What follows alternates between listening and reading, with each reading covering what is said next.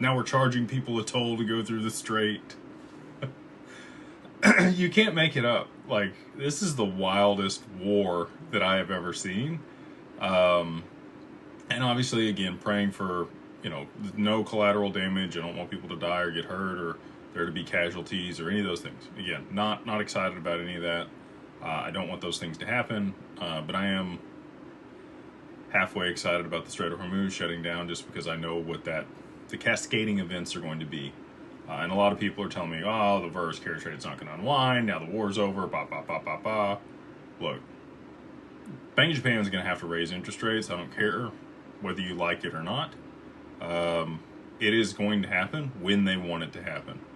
And once they get, full clarity here in the U.S. on what yield on stablecoins is going to look like, they don't need to pass the Clarity Act. Okay. I think, and I've said this lots of times, XRP will hit substantially higher prices before the Clarity Act gets passed. I think you're going to see price appreciation on XRP before Clarity gets moved into law. So, anyway, once we have full guidelines on what yield's going to look like on stablecoins, they can let this deal roll.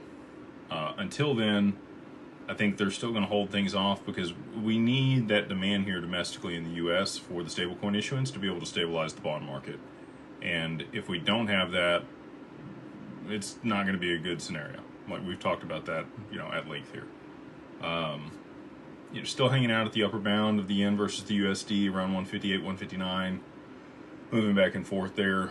Once we get back over 160, 161 is really kind of the high end of where I think they're going to let it creep up to. I do believe at that point they're going to have to move